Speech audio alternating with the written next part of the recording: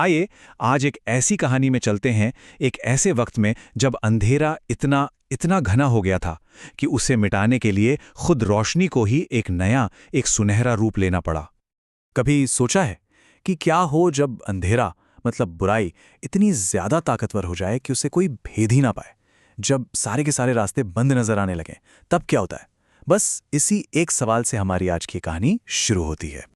तो बात है बहुत बहुत समय पहले की, जब देवलोक और पृथ्वीलोक दोनों पर एक ऐसा संकट मंडरा रहा था। एक ऐसा संकट जिसने खुद देवताओं को भी, आप सोचे, असहाय महसूस करा दिया था। और देखिए, ये संकट कोई छोटा मोटा नहीं था, ये तो हर तरफ से घेर रहा था। अधर्म अपनी सारी हदें पार कर चुका था और इसका असर इतना गहरा था कि देवताओं का जो दिव्य तेज होता है ना, वो भी फीका पड़ने लगा था। मतलब पूरे ब्रह्मांड का जो नाजुक सा बैलेंस है वो डगमगा रहा था। और इस सब के पीछे, इस सब के केंद्र में थी असुरों की एक नई खतरनाक शक्ति, एक ऐसा अजेय कवच जिसने हर एक एक दिव्य अस्त्र को बेकार कर दिया था। नाम था इसका स्वर्ण कवच।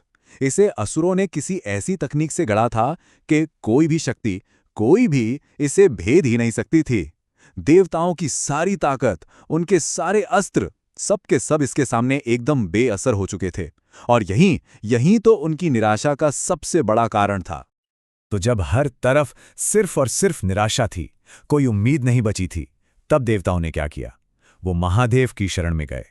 और बस यहीं से कहानी ने एक नया मोड़ लिया। अब अंधेरे का जवाब देने के लिए खुद प्रकाश के प्रकट होने का समय आ गया था। महादेव ने सब कुछ देखा, सब कुछ समझा और फिर एक बेहद शांत स्वर में एक भविष्यवाणी की। पर यह सिर्फ एक वाक्य नहीं था, यह तो एक कॉस्मिक लॉ है, एक ब्रह्मांडीय नियम कि जब भी अज्ञान का अंधेरा और अधर्म हद से ज्यादा बढ़ जाते हैं, तो उन्हें मिटाने के लिए परम सत्य को खुद को एक नया रूप लेना ही पड़ता है। और जैसे ही उन्होंने ये कहा, ठीक उसी पल महादेव के शरीर से एक प्रचंड तेज, एक रोशनी निकलने लगी। ये प्रकाश इतना शक्तिशाली था कि एक पल के लिए जैसे पूरी प्रकृति थम सी गई, सारी दिशाएं जगमगा उठीं और पूरी सृष्टि पर एक सुनहरी सी आभा छा गई।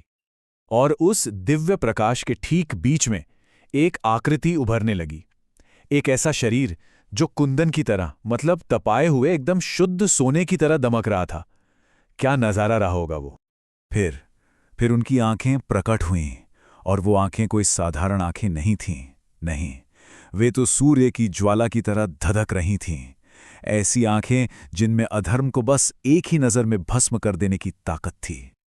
और फिर आखिर में उनके हाथ में आया उनका शस्त्र, एक त्रिशूल जिस पर खुद दिव्य अग्नि जैसे नाच रही थी। ये था स्वर्ण भैरव का पूर्ण स्वरूप। ये सिर्फ प्रकाश का जन्म नहीं था, ये धर्म को फिर से स्थापित करने का एक संकल्प था। तो अवतार तो हो चुका था, अब बारी थी उस अभेद्य अंधेरे से सीधी टक्कर के। अब समय आ गया था अहंकार के विनाश का। अब दूसरी तरफ कौन था? असुर सेनापति, जो अपने अहंकार में एकदम चूर था। वो जोर जोर से हंसा और उसने घोषणा कर दी, इस बार तो देवता हार गए। मेरे कवच को कोई भी अस्त्र भेद ही नहीं सकता। और बस यही घमंड उसकी सबसे बड़ी भूल साबित होने वाला था। देखिए, यहां एक बात समझना बहुत जरूरी है। ये सिर्फ एक फिजिकल लड़ाई नहीं थी। नहीं, ये तो दो शक्तियों का, दो आइडियाज का टकराव था। एक तरफ था असुर का स्वर्ण कवच, जो क्या था? उसके भौतिक अहंकार का, उसके अज्ञान का प्रतीक।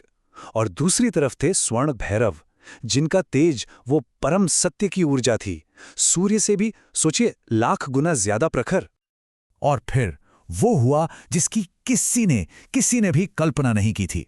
स्वर्ण भैरव ने बस अपना त्रिशूल उठाया और उससे निकले प्रकाश ने जैसे ही असुर के कवच को छुआ, वो अभेद्य कवच, वो इनविंसिबल कवच आग की नदी की तरह पिघल कर बह गया। एक सेकंड में। मतलब साफ था, भौतिक अहंकार दिव्य सत्य के तेज के सामने एक पल भी नहीं टिक सका। असुर तो ये देखकर डर से कांपने लगा। और तब स्वर्ण भैरव ने एक बहुत ही गंभीर और शक्तिशाली आवाज में इस पूरे टकराव का सार समझाया, उसका मतलब बताया। उन्होंने कहा, जो अहंकार में डूबकर धर्म का नाश करता है, उसका विनाश निश्चित है।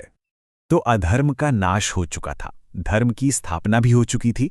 अब समय था शांति का, श्रद्धा का और समाधान का। तो चलिए अब जरा ये भी देख लेते हैं कि इस दिव्य जीत का आखिर स्थायी नतीजा क्या निकला। तो देवताओं ने जब प्रार्थना की तो स्वर्ण भैरव ने अपने भक्तों के लिए 3 खास आशीर्वाद दिए। सबसे पहला, धन और समृद्धि का। दूसरा आशीर्वाद था ज्ञान और पॉजिटिविटी का प्रकाश। और तीसरा, हर तरह के डर और नेगेटिविटी से रक्षा का वचन। और पता है, इस कथा का जो महत्व है वो आज भी उतना ही है। ऐसी मान्यता है कि जो कोई भी स्वर्ण भैरव के इस रूप को याद करता है, उनका स्मरण करता है, उसके जीवन से हर तरह का अंधेरा, हर तरह का डर और किसी भी तरह की कमी सब दूर हो जाती है और घर में समृद्धि और सुरक्षा का वास होता है। तो ये पूरी कहानी, ये पूरा विश्लेषण हमें एक आखिरी और बहुत ही गहरे सवाल पर लाके छोड़ देता है। देखिए, असुर का कवच तो फिजिकल था, सोने का बना था, जिसे दिव्य तेज ने पिघला दिया। पर हम सबके मन में भी तो कहीं ना कहीं अहंकार का एक अदृश्य कवच होता है ना। तो सवाल यह है कि अहंकार के उस कवच को आखिर क्या भेद सकता है।